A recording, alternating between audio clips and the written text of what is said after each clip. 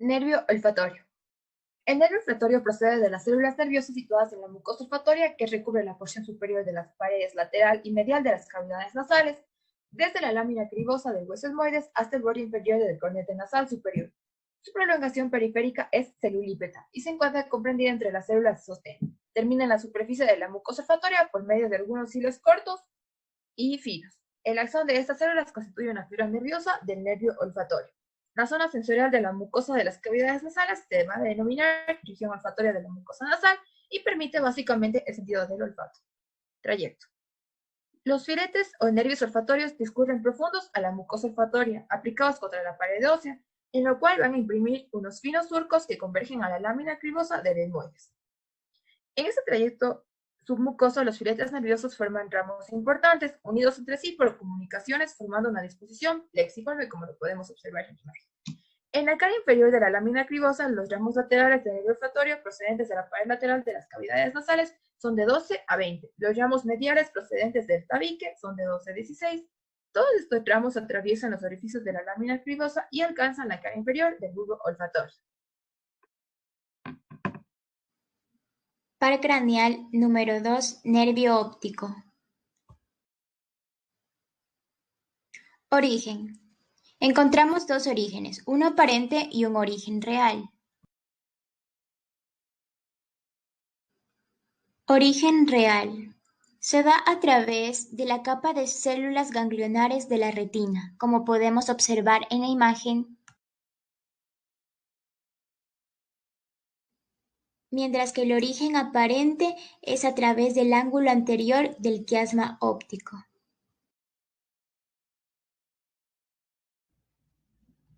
Función. Es un nervio sensorial encargado de enviar las señales que percibe el ojo hacia nuestro cerebro. En la retina hay unas células llamadas fotorreceptores que transforman la percepción de la luz en impulsos eléctricos que viajan por el nervio óptico. Trayecto. Se desprende del globo ocular a 3 milímetros medialmente y 1 milímetro inferiormente del polo posterior del globo ocular. Luego se dirige posterior y medialmente y atraviesa la órbita y el conducto óptico, para luego penetrar en la cavidad craneal y terminar en el ángulo anterolateral del quiasma óptico. Relaciones. En la órbita, el nervio óptico ocupa el eje del cono musculoaponeurótico formado por los músculos rectos del ojo y sus expansiones aponeuróticas. Además, también se relaciona con el cuerpo adiposo de la órbita, arteria oftálmica, venas oftálmicas, con los nervios nasociliar, oculomotor y abducens, con el ganglio ciliar situado en su cara lateral y con los vasos y nervios ciliares. Aquí podemos observar dos estructuras mencionadas anteriormente, el nervio nasociliar y el nervio oculomotor. Y en esta imagen podemos observar la arteria oftálmica. En el vértice de la órbita, el nervio está rodeado por los orígenes de los músculos rectos del ojo. En el conducto óptico, se adhiere a las paredes del conducto por medio de su vaina de dura madre y en la cavidad craneal se aplana poco a poco de superior a inferiormente hasta el quiasma óptico.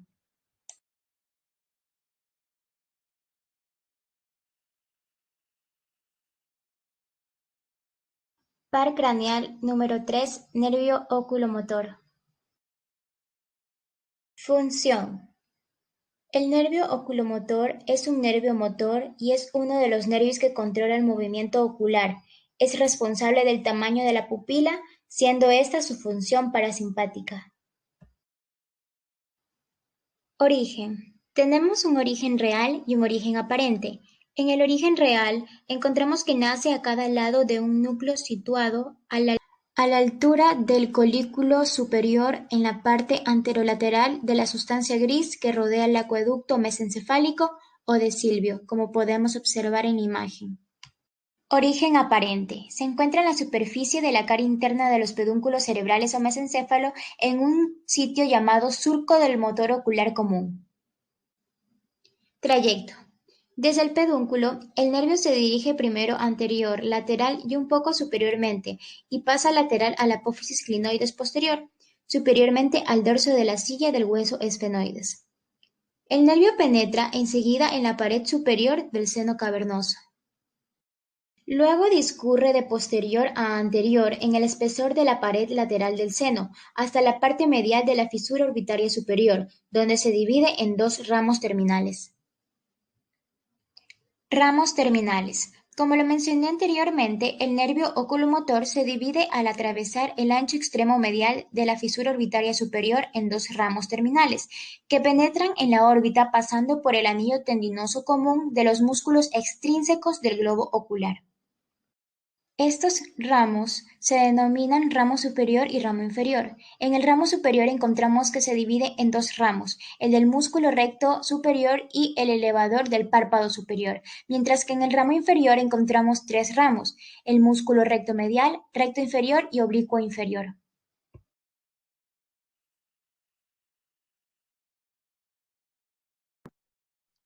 Nervio troclear o patético.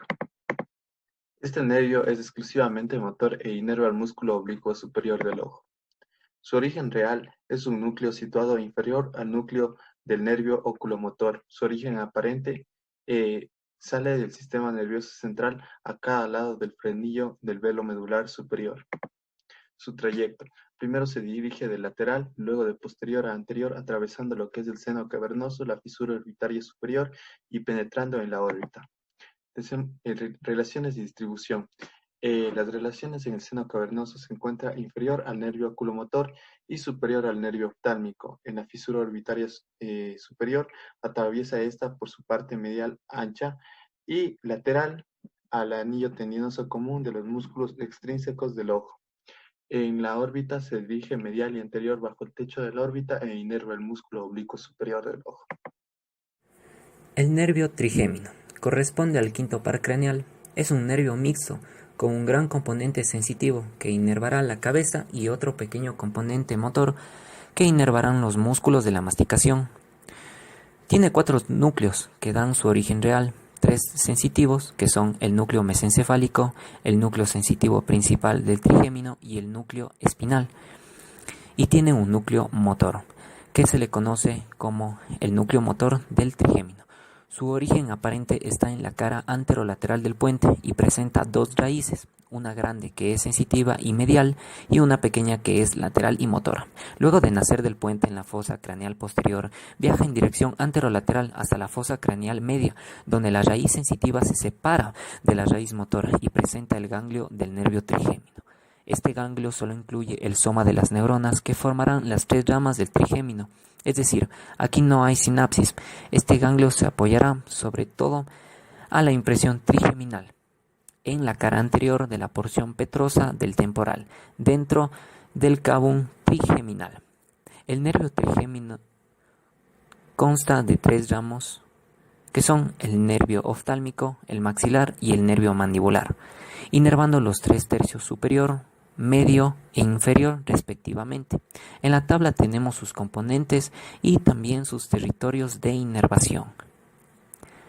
El nervio oftálmico es la primera rama del trigémino y es exclusivamente sensitivo. Adopta un trayecto anterior, llegando al seno cavernoso, donde se divide 3 ramos terminales, el nervio frontal, el nervio lagrimal y el nervio nasociliar. Estos van a entrar a la órbita a través de la fisura orbitaria superior, siendo el nasociliar el único por dentro del anillo tendinoso común y los demás por fuera de este. También emite un ramo colateral, el ramo tentorial a la tienda del cerebelo y a la hoz del cerebro. El nervio frontal corre por la pared superior de la órbita en dirección anterior, sobre el músculo elevador del párpado superior hasta el borde orbitario y tiene 2 ramos, el nervio supratroclear y el nervio supraorbitario. El nervio supratroclear es un nervio pequeño en dirección superomedial y se divide en ramos ascendentes y en ramos descendentes. El nervio supraorbitario es el nervio más grueso del frontal y pasa por la escotadura supraorbitaria, donde da un ramo lateral medial y ambos inervan sensitivamente al párpado superior, al seno frontal y también van a inervar a la piel de la frente. El nervio lagrimal corre por la porción superior de la pared lateral, para poder innervar sensitivamente la glándula lagrimal, la conjuntiva y la porción lateral del párpado superior. En su trayecto, emite un ramo comunicante para el nervio cigomático, que van a provenir del ganglio pterigopalatino. Como debemos recordar, la inervación autonómica proviene del nervio facial, en el caso del parasimpático, y del ganglio cervical superior. Viaja vía plexo carotidio interno en el caso simpático. El nervio nasociliar ingresa a la órbita dentro del anillo tendinoso común, donde corre por debajo del músculo recto superior y luego entra por los músculos oblicuo superior y recto medial, para terminar en la pared medial de la órbita. En su trayecto, emite ramos ciliares largos directamente hacia el bulbo ocular, una raíz sensitiva del ganglio ciliar, las fibras que salen del nervio nasociliar y se dirigen al bulbo ocular, pasando a través del ganglio ciliar sin hacer sinapsis, llegando al bulbo a través de los nervios ciliares cortos. Los nervios etmoidales anterior y posterior, que atraviesan a la lámina cribosa, van a llegar a la fosa craneal anterior, en donde entrarán a la cavidad nasal, dando ramos para la mucosa nasal y también para la mucosa de la nariz, y un ramo intratoclear relacionado medial e inferiormente con el músculo El oblicuo nervio superior. maxilar es un nervio sensitivo y se encarga de la sensibilidad del tercio medio de la cara. En su recorrido, el nervio maxilar atraviesa el agujero redondo para entrar a la fosa craneal media, a la fosa pterigopalatina. En esta fosa, el nervio estará en íntima relación con el nervio pterigopalatino, el cual aporta su raíz sensitiva y recibirá fibras nerviosas autónomas, tanto simpáticas como parasimpáticas. Estas fibras no sinaptan el nervio maxilar, sino que solo lo utilizan como vehículo para llegar a sus territorios de inervación. Son provenientes del nervio del canal pterigoideo, el cual lleva información parasimpática del nervio petroso mayor, ramo del facial, y simpática del nervio petroso profundo, el cual le trae información proveniente del plexo carotidio interno. A lo largo de su recorrido, el nervio maxilar da los siguientes ramos: ramo meningio, el cual se desprende antes de su salida del cráneo y se distribuye por la dura madre vecina.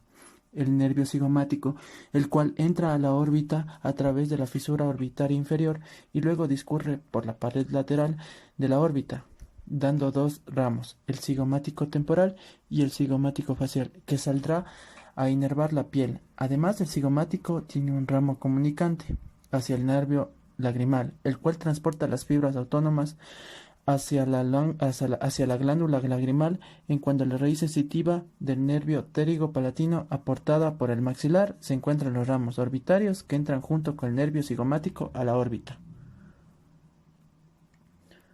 Los nervios nasales, posterosuperiores y posterior-inferiores, que ingresan desde el ganglio pterigopalatino al agujero esfenopalatino para inervar la pared lateral de las cavidades nasales. El nervio nasopalatino también entra por el agujero esfenopalatino e inerva el tabique nasal para posteriormente pasar por el canal incisivo. Los nervios palatino mayor y menor, los cuales se dirigen a la cavidad oral a través de los agujeros homónimos. El nervio palatino mayor se une al ramo del nervio nasopalatino. El nervio palatino menor inerva el velo del paladar, el paladar blando y parte de la rinofaringe. Un ramo faríngeo, el cual se dirige hacia la faringe a través del canal palato-vaginal. El nervio alveolar postero superior, el cual nace de la fosa pterigopalatina, perfora la tuberosidad maxilar e inerva los dientes pósteros superiores del proceso alveolar del maxilar. Finalmente, el ramo terminal del maxilar corresponde al nervio infraorbitario, el cual pasa desde el surco infraorbitario al canal infraorbitario para posteriormente salir por el foramen infraorbitario, para salir por la piel, pero sin entrar en ningún momento a la órbita en su recorrido. Da lugar a los ramos alveolar anterior, alveolar superior y alveolar medio. El nervio mandibular posee una raíz sensitiva como motora. Se le atribuye la inervación del tercio inferior de la cara. Este nervio sale del cráneo a través del foramen oval e inmediatamente después de su salida da los ramos para los músculos tensores del velo del paladar y del tímpano. De la división posterior aporta con un ramo para el músculo ptérigo medial, nervio auriculotemporal, que es exclusivamente sensitivo y rodea la mandíbula e inerva la piel superior, la piel superficial adyacente. Además lleva ramos comunicantes del ganglio óptico que recibe las fibras preganglionares parasimpáticas del nervio glosofaringio y postganglionares van vía auriculotemporal de la parótida. También inervan la articulación temporomandibular. El nervio alveolar inferior, el cual dará el nervio para el músculo miloioideo y el nervio mentioniano, encargado de la sensibilidad de lo que es el mentón y el labio inferior. Finalmente, el nervio lingual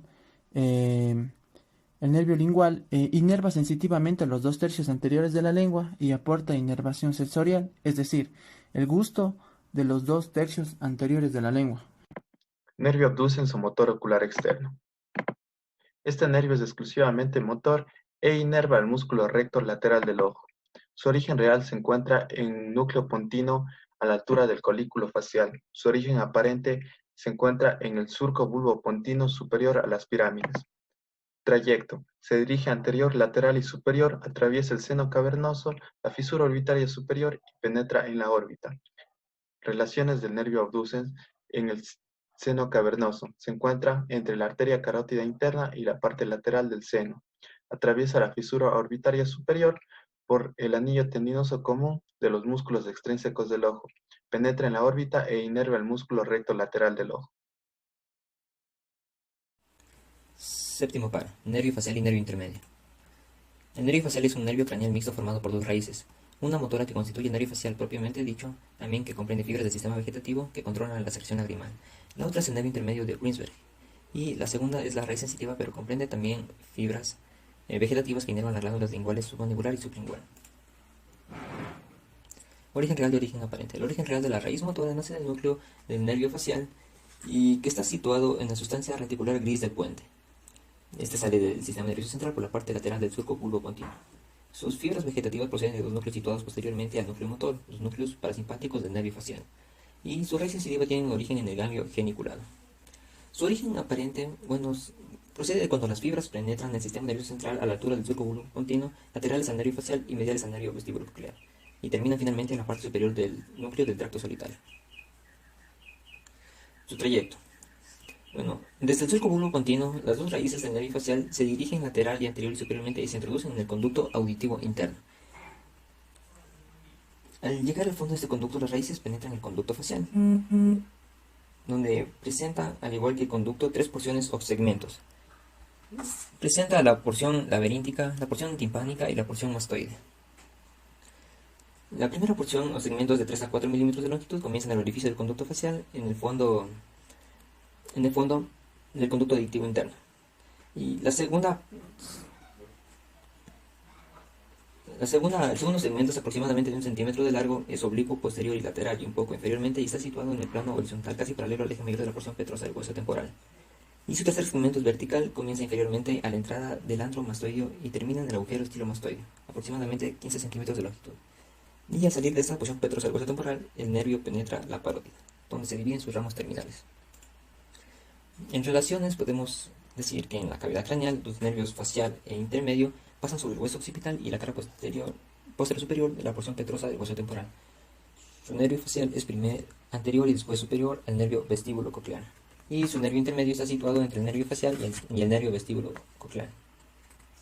En el conducto auditivo interno, el nervio vestíbulo-coclear adopta la forma de un canal cóncavo superiormente en el cual descansan los nervios facial e intermedio. Sus meninges y los espacios supra y suprarrenodios forman las vainas comunes a los tres nervios y que se prolongan hasta el fondo del conducto auditivo interno. Juntos con los nervios en el conducto auditivo interno penetra la arteria laberíntica. En la porción del conducto facial, los nervios facial intermedios están situados entre la cóclea y el vestíbulo. Forma un primer codo situado frente al hiato el conducto del nervio petroso mayor y en su cara anterior desde este primer codo denominado rodilla de facial se encuentra el ganglio geniculado. En la segunda porción del conducto facial, este está situado sobre la pared medial de la cavidad timpánica superior y posteriormente a la fosita de la ventana vestibular. Termina inferiormente a la entrada del antro mastoide. En la tercera porción vertical del conducto facial, desciende posteriormente al conducto del músculo estapedio. El nervio es casi vertical y ligeramente oblicuo, inferior y lateralmente. El nervio facial también está acompañado por la arteria estilomastoide. Y el nervio facial se dirige inferior y anterior y lateralmente y cruza la cara lateral de la base de la apófisis del mastoides. En la parótida, el nervio facial es oblicuo, anterior, inferior y lateralmente. Llega a la cara lateral de la vena yugular externa, en donde se divide en sus dos ramos terminales. En su trayecto intraparotidio, el nervio facial y la parte inicial de sus ramos terminales discurren en un plano célulofibroso que divide la glándula parótida en dos lóbulos, uno superficial y otro profundo. En su distribución, el nervio facial proporciona ramos colaterales intrapetrosos que nacen del tronco nervioso en la porción petrosa del hueso temporal, ramos extrapetrosos que se desprenden del nervio facial inferiormente al agujero estilomastoideo y ramos terminales. En los ramos colaterales intrapetrosos tenemos primeramente el nervio petroso mayor, que esto es un nervio que se desprende del vértice del ganglio geniculado. Aquí se lo puede apreciar al nervio petroso mayor, que se dirige después de la cara anterosuperior de la porción petrosa del hueso temporal al surco óseo. La unión de los nervios petroso mayor y petroso profundo, filete simpático, se forma el nervio del conducto pterigoideo. Este atraviesa el tejido fibroso que cubre el agujero rasgado. Y este nervio petroso mayor inerva por medio de este ganglio a la mucosa buconasofaringea y la glándula lagrimal. El ramo comunicante con el plexo timpánico. Desde su origen lateral en el ganglio geniculado, el ramo comunicante con el plexo timpánico menor se dirige anteriormente. Este nervio recibe poco después de su origen el nervio petroso menor y está engrosado además por una comunicación del plexo que rodea la arteria meningia media. El nervio estapedio se desprende del segmento vertical del facial y se dirige hacia el músculo estapedio, atravesando la delgada pared que separa el músculo del conducto facial. La cuerda del tímpano. Nace del nervio facial 2 o 3 milímetros superiormente al agujero estilomastoide. Presenta un trayecto recurrente superior y lateral y un poco anterior y se introduce en el conducto óseo. Penetra en la cavidad timpánica a través de un orificio situado en la pared superior de esta. En la cavidad timpánica, la cuerda del tímpano se dirige anterior dentro del pliegue anterior del martillo y rodea la cara medial del cuello del martillo. Pasa por el surco mareolar en la porción timpánica del hueso temporal y emerge de la cavidad timpánica por la abertura del conductillo de la cuerda del tímpano. Está excavada en el espesor de la fisura petrotimpánica. La cuerda sale del tímpano. La cuerda sale de la base del cráneo cerca de la espina del hueso esfenoides. La cuerda del tímpano se inclina entonces superior y anteriormente, pasa lateralmente a la fascia intrapterigoide y medialmente al nervio alveolo inferior y se une al nervio lingual. El ramo sensitivo del conducto auditivo externo. Bueno, este filete se desprende del nervio facial a la altura o un poco inferiormente al agujero estilomastoideo que rodea el borde anterior y a la apófisis mastoides, inmediatamente inferior al conducto auditivo externo y penetra en la pared posterior de dicho conducto, el cual inerva así como a una porción de la membrana timpánica. El ramo comunicante con el nervio vago. Este va a nacer de 4 a 5 centímetros superiormente al agujero estilomastoideo y se introduce por un canalículo óseo intrapetroso hasta la fosa yugular, donde desemboca por el conductillo mastoideo. Se une poco después del ganglio superior del nervio vago, y este se continúa con el ramo del conducto auditivo externo y formaría con este el ramo auricular del nervio vago, como se puede apreciar en la imagen. En los ramos colaterales extrapetrosos, el nervio facial inferiormente a la porción petrosa del hueso temporal proporciona 4 ramos. El primero de estos ramos sería el ramo comunicante con el nervio glosofaríngeo, o también denominado asa de Henle, que se desprende del nervio facial inmediatamente inferior al agujero estilomastoideo, cruza la cara anterior de la vena yugular interna y termina en el ganglio inferior del nervio glosofaríngeo. Y este es inconstante. El nervio auricular posterior nace del nervio facial algunos milímetros inferiormente al agujero estilomastoideo. Este ramo rodea anteriormente el vientre posterior del músculo digástrico y después al borde anterior de la apófisis mastoides. Se comunica en la cara lateral de la apófisis mastoides con el nervio auricular mayor del plexo cervical y se divide en 2 ramos secundarios. Un ramo ascendente que para los músculos auricular posterior y auricular superior y para los músculos de la cara medial de la oreja, y otro horizontal destinado al vientre occipital del músculo occipito frontal. Los ramos de los músculos estiloioideo y del vientre posterior del digástrico nacen del nervio facial un poco inferiormente al presidente, bien por el separado más a menudo mediante un tronco común. Y el ramo del músculo digástrico suele comunicarse con el nervio glosofaringeo. Esta comunicación sustituye al ramo comunicante con el nervio glosofaringeo. También presenta otro ramo que es el ramo lingual, que en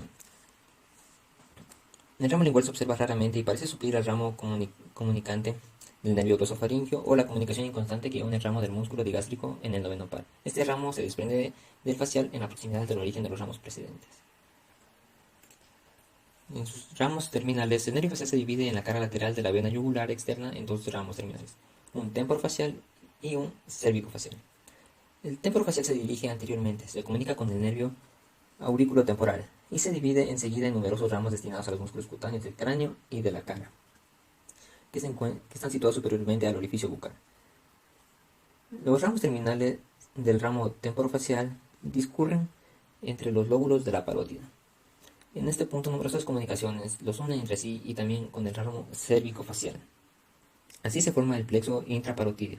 Los ramos salen de la parótida a lo largo de sus bordes anterior y superior y se dirigen hacia su territorio. El ramo temporofacial se distingue de superior a inferior, el cual posee ramos temporales que están destinados al músculo auricular anterior y los músculos de la cara lateral de la oreja. Los ramos frontales y palpebrales para el diente frontal del músculo occipito frontal, los músculos corrugador de la ceja, el prócer y orbicular del ojo. Los ramos cigomáticos, también denominados infraorbitarios, destinados a los músculos cigomático mayor y menor, elevador del ala de la nariz y del labio superior, hilo y oído, porción transversa del músculo nasal, elevador del labio superior y depresor del tabique. Y los ramos vocales superiores para el músculo bucinador y para la mitad superior del músculo orbicular de la boca. El ramo cérvico-facial discurre entre los dos lóbulos parotídeos, inferior y anterior y lateralmente. Se comunica con el nervio auricular mayor del plexo cervical y se divide en numerosos ramos, en las proximidades del ángulo de la mandíbula, pero en general un poco superior y posterior a este. Estos ramos están destinados a los músculos cutáneos de la cara y del cuello, situados inferiormente al orificio bucal. El ramo cérvico-facial son los siguientes. Los ramos bucales inferiores, que son destinados al músculo risorio y a la mitad inferior del músculo orbicular de la boca. El ramo marginal mandibular, que son los ramos metoneanos para los músculos depresor del ángulo de la boca, depresor del labio inferior y metoneano. Y un ramo cervical para el plastisma. Este último se comunica con el nervio transverso del cuello del plexo cervical. Ahora les hablaré sobre la anatomía funcional del nervio facial. El nervio facial es en principio el nervio de la mímica, ya que los diferentes músculos faciales reciben su inervación del nervio facial. Este desempeña un papel en la transición de los sonidos, ya que inerva al músculo estapedio, cuya contracción disminuye la presión en el interior del oído interno. El nervio facial también es un nervio sensitivo y sensorial, porque conduce la sensibilidad del tercio medio de la oreja, del conducto auditivo externo y del tímpano. Mediante las fibras de la cuerda del tímpano que se unen al nervio lingual, asegura la sensibilidad gustativa del vértice y de los bordes de la lengua.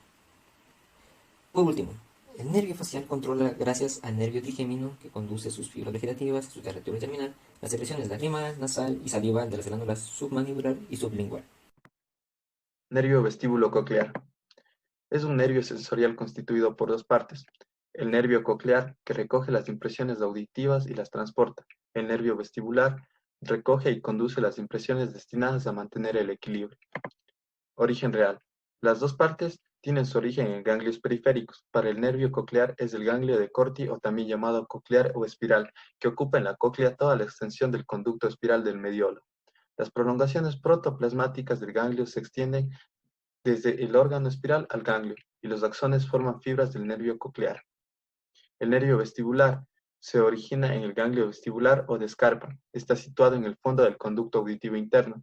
Las prolongaciones protoplasmáticas conducen las impresiones procedentes del utrículo, el sáculo y de las ampollas de los conductos semicirculares. El origen aparente. Su origen aparente es el punto de emergencia del sistema nervioso central, por lo tanto sería la parte lateral del surco bulbopontino. Trayecto. El nervio vestíbulo coclear se extiende desde el fondo del conducto auditivo interno hasta la porción lateral del surco bulbopontino. Par craneal número 9. Nervio glosofaringeo. Función. El nervio glosofaringeo es sensitivo motor. Mediante sus fibras motoras contribuye a la inervación de los músculos de la faringe y de algunos músculos de la lengua.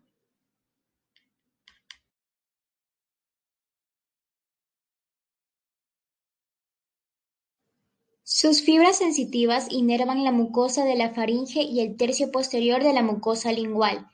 Este nervio contiene además fibras vegetativas destinadas a la parótida. Origen. En el origen real encontramos que las fibras motoras nacen en el bulbo a partir de las células situadas en la parte superior del núcleo ambiguo. Las fibras sensitivas tienen su origen en dos ganglios situados en el trayecto del nervio glosofaríngeo, a la altura del agujero yugular. Las células de estos dos ganglios son semejantes a las de los ganglios espinales. Su prolongación única se bifurca en un ramo periférico que termina en las mucosas faríngea y lingual y un ramo central que se convierte en una fibra de la raíz sensitiva del nervio glosofaríngeo.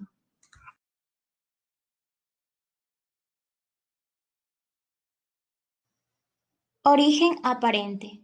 Las fibras motoras y sensitivas salen mezcladas del bulbo por la parte superior del surco posterolateral, superiormente al nervio vago e inferiormente al nervio vestíbulo-coclear.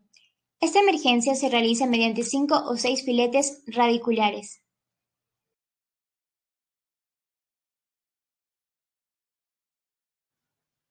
Trayecto. Desde el bulbo, el nervio glosofaríngeo se dirige anterior y lateralmente y emerge del cráneo por el agujero yugular. Se acoda entonces en ángulo recto y desciende describiendo una curva de concavidad anterior y superior hasta la base de la lengua, donde termina. Ramos colaterales. Encontramos el ramo comunicante con el nervio facial, asa de Hayer, el nervio timpánico de Jacobson, el cual se encuentra dividido en dos ramos posteriores, anteriores y superiores. También encontramos los ramos del seno carotídeo, ramos faríngeos, ramo del músculo estilofaríngeo, ramo del músculo estilogloso y ramos tonsilares.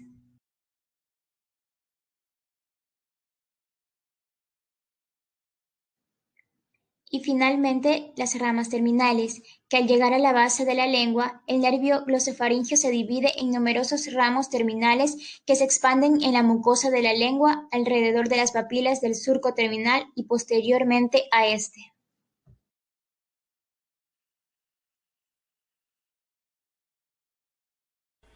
Bien, a continuación vamos a hablar sobre el décimo par craneal, conocido como nervio vago o neumogástrico. Este nervio es un nervio mixto, es decir, sensitivo motor, y va su territorio a comprender todo lo que son las vísceras del cuello, tórax y abdomen. Su origen real va a depender de sus fibras, en el caso de las somatomotoras del núcleo ambiguo, las fibras sensitivas de los ganglios superior o yugular e inferior y plexiforme que están esquematizados en este diagrama, y su porción vegetativa va a tener origen en el núcleo dorsal del nervio vago ubicado en el trígono del nervio vago. Su origen aparente va a darse por 6 a 8 filetes del surco posterolateral que los podemos observar aquí de la médula oblonga. Va a estar inferior al noveno par y superior al onceavo par. Este nervio vago va a emerger por el agujero yugular, como podemos observar aquí, va a descender por el cuello verticalmente posterior a la arteria carótida interna y a la vena yugular interna, y va a atravesar el cuello, tórax y terminará en el abdomen. Va a estar en relación con los pares craneales número 9, 11 y 12 y con el tronco simpático. En el tórax, sus relaciones van a ser diferentes dadas las diferencias que existen en estructuras a nivel derecho e izquierdo. Bien.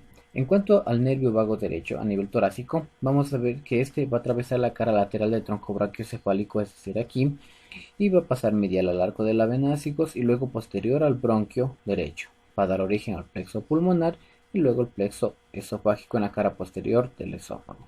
Aquí también podemos observar lo que es el plexo pulmonar y el plexo esofágico.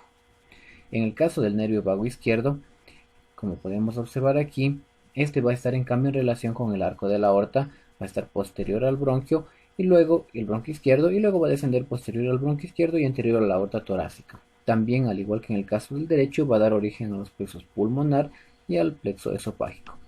En este caso, los dos, derecho e izquierdo, van a converger y van a formar un solo tronco que atravesarán el diafragma a través del hiato esofágico. Durante su trayecto, el nervio vago o neumogástrico va a dar origen a varios ramos, los cervicales, los torácicos y los abdominales. Los cervicales van a dar origen a los ramos meningio, auricular, faringios, cardíacos cervicales superiores, laringio superior y carotídeos. Los ramos torácicos van a ser el laringio recurrente, cardíacos torácicos, pulmonares, bronquiales y esofágicos. Y los ramos abdominales van a terminar en dos, un vago derecho y un vago izquierdo. En el caso del derecho va a terminar de 4 a 5 filetes en la cara posterior del estómago y el vago izquierdo de 5 a 6 filetes en la cara anterior en cambio del estómago. Finalmente, su territorio funcional vamos a tener que él va a tener un doble territorio sensitivo, es decir, periférico y visceral. Va a estar inertando sensibilidad a la porción retroauricular, a la oreja, a la porción del conducto auditivo externo, la porción posterior de la lengua y también a la epiglotis, ¿no? Junto al nervio noveno y onceavo van a intervenir en la deglución, sobre todo en las últimas etapas de la deglución, porque va a estar dando inervación también a estos nervios.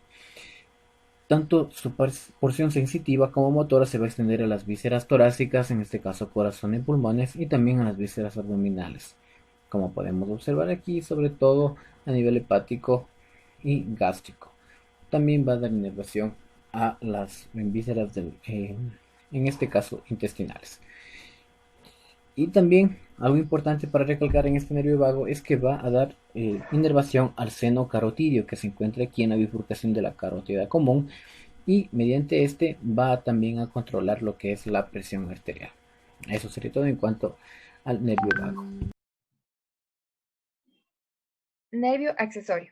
El nervio accesorio termina en parte en el nervio vago y en parte en los músculos esternocleidomastoideo y trapecio. Origen real. El nervio accesorio tiene dos raíces. La raíz espinal es a la vez motora, sensitiva y vegetativa. La porción motora nace del núcleo del nervio accesorio. Las fibras sensitivas se originan en los ganglios espinales. Las fibras vegetativas nacen de la columna intermedio-lateral de la médula. Todos estos se localizan a la altura de 5 a 6 primeros nervios cervicales. La raíz craneal nace de un núcleo que es la continuación inferior del núcleo ambiguo. Origen aparente. La raíz espinal está formada por numerosos filetes que salen del cordón lateral de la médula anteriormente a las raíces espinales posteriores, desde la cuarta o quinta raíz cervical hasta el bulbo. La raíz craneal comprende de 4 a 5 filetes radiculares que salen del surco posterolateral del bulbo inferiormente a las raíces del nervio vago. Trayecto. La raíz espinal asciende por el conducto vertebral, penetra en el cráneo por el agujero magno y se une a la raíz craneal cerca del agujero yugular. Así formando el nervio accesorio, sigue un trayecto lateral, anterior y superior, atraviesa el agujero yugular y se divide a la salida de este en sus dos ramos terminales. Los ramos.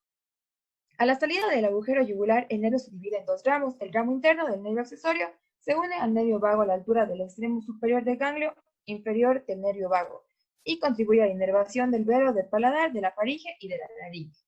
El ramo externo del nervio accesorio inerva los músculos esternocleidomastoideo y trapecio. Se dirige oblicuamente en sentido inferior, lateral y posterior.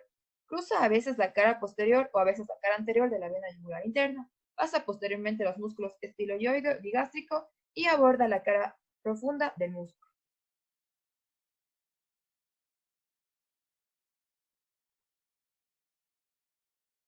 Nervio hipogloso.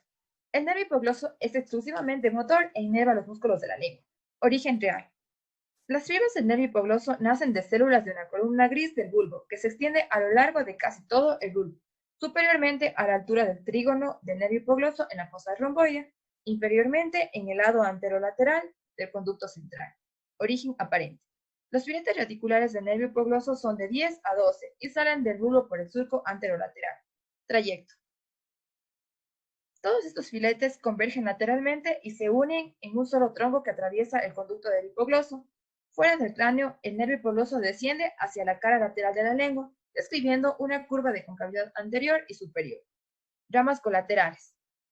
Las ramas colaterales son ramo meningio o recurrente, ramos vasculares del nervio hipogloso, ramo descendente, nervio del músculo tiroideo, nervios de los músculos hiogloso y estilogloso, nervio del músculo genioideo. Y los ramos terminales. El nervio hipogloso se divide en la cara lateral del músculo geniogloso en numerosos ramos terminales destinados a los músculos de la lengua.